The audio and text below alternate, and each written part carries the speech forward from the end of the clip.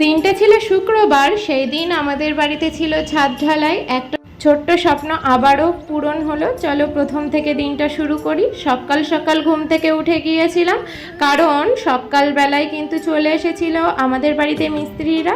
আর আমি সকালে উঠে আমি খাটটা একটু গুছিয়ে নিয়েছিলাম, এবং যে জানলাটা মোটামুটি খোলাই হয় না সেই জানলাটা বেশ কিছুদিন পর আজ খুললাম। এবং এই জায়গাটা আমি যতবারই গুছাই না কেন বারবারই কিন্তু এটা নোংরা হয়ে যায়, তাই একটু গুছিয়ে নিলাম। আর এই যে ওয়াম ব্যাগটা দেখতে পাচ্ছ, এটা কিন্তু আমি দাবা ইন্ডিয়া থেকে এনেছিলাম। খুব হেল্পফুল। পেটে ব্যথা করলেই আমি এটা কিন্তু পেটে দিয়ে রাখি বেশ অনেকক্ষণ, তারপরে কিন্তু ব্যথাটা রিলিফ পাওয়া যায়। আর গতকাল রাত্রে আমার শরীরটা বেশ হঠাৎ করে খারাপ হয়ে যায়, তার কারণেই কিন্তু এটা বের করা হয়েছিল। তারপরে আমি চলে আসি রান্নাঘরে। আমার এই ডাইনিং টেবিলটা একদম পুরানো দেখলে পছন্দ হয় না, তাই যতবারই কষ্ট হোক না কেন আমি এই ডাইনিং টেবিলটা একটু গুছানোর চেষ্টা করি, মানে পরিষ্কার টিপটপ রাখার চেষ্টা করি। আর বাসনগুলো কিন্তু এখন আমি সাজিয়ে রেখে দিচ্ছি। গতকাল রাত্রে এগুলো মেজে রেখেছিলাম, সেগুলো আর ঠিক করা হয়নি। এবার চলে আসলাম শাশুড়ি মায়ের ঘরে। এই ঘরটা বেশ অগোছালো করে রেখেছিল, বেশ কয়েকদিন ধরেই ভাবছিলাম একটু গুছাবো, কিন্তু হচ্ছেই না। তো আজকে সময় ছিল বলে একটু একেবারে গুছিয়ে নিলাম। আর এই জায়গাটা বেশ কিন্তু নোংরা হয়ে গিয়েছিল, তাই যেগুলো দরকার সেগুলো আমি রেখেছি, বাদবাকি কিন্তু সবই ফেলে দিয়েছিলাম।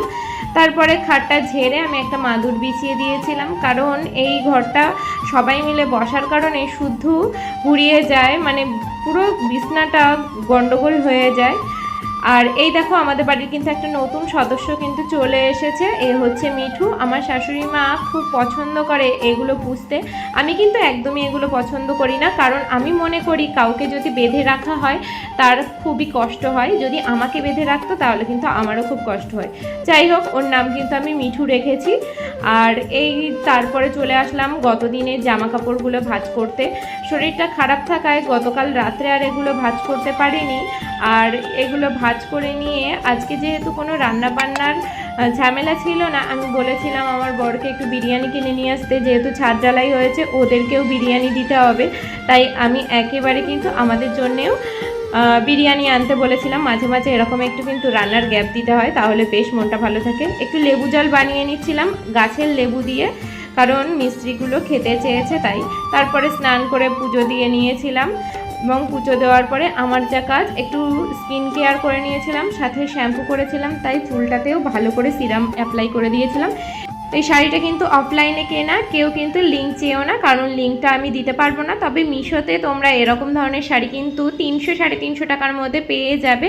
অবশ্যই কিন্তু একটা হলেও ওখানে সার্চ করে দেখতে পারো, আমি একটা লিঙ্ক তোমাদের প্রোভাইড করে দেবো। তো ভিডিওটা কেমন লাগলো অবশ্যই জানিও।